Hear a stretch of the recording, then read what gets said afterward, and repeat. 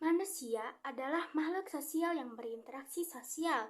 Dalam kehidupan sehari-hari, manusia pasti melakukan interaksi sosial, baik berupa antar individu dengan individu, individu dengan kelompok, dan kelompok dengan kelompok. Bentuk interaksi sosial sendiri ada dua jenis, yaitu konteks sosial secara primer dan sekunder. Konteks sosial secara primer adalah bertemu secara langsung. Contohnya, ketika kita bertemu dengan teman sebaya dan mengobrol bersama.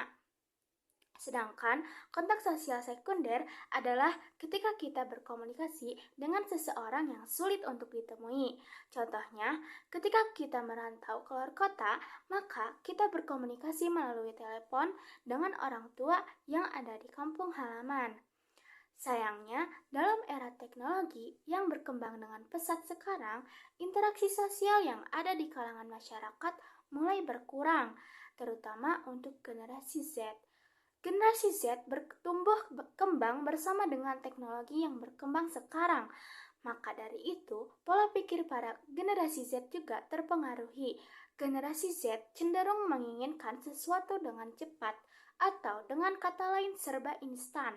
Generasi Z juga sangat bergantung dengan yang namanya teknologi. Generasi Z bisa memanfaatkan teknologi dimanapun dan kapanpun.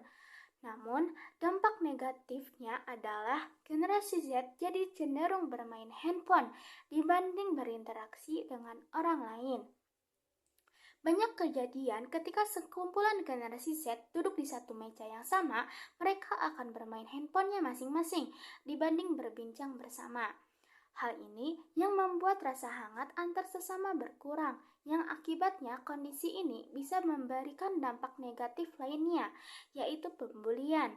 Pembulian bisa terjadi karena adanya seseorang yang merasa dia lebih kuat dan berkuasa.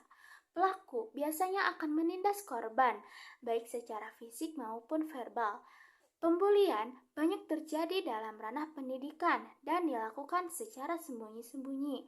Namun, para korban biasanya tidak berani membuka mulutnya karena adanya ancaman dari pelaku. Solusi dari masalah ini adalah bisa dilakukannya sosialisasi. Sosialisasi adalah bentuk pengajaran kepada masyarakat. Salah satu cara sosialisasi adalah bentuk pengajaran di dalam kelas yang dilakukan oleh guru, dan guru bisa memberikan penanaman nilai-nilai moral melalui pendidikan kewarganegaraan. Guru bisa memberi pemahaman bahwa berinteraksi sosial dengan orang lain bisa menambah ilmu pengetahuan dan bisa membangun hubungan yang hangat dengan lingkungan sekitar. Karena tujuan pendidikan kewarganegaraan itu sendiri adalah untuk menciptakan generasi muda yang berkarakter demi kesejahteraan bersama.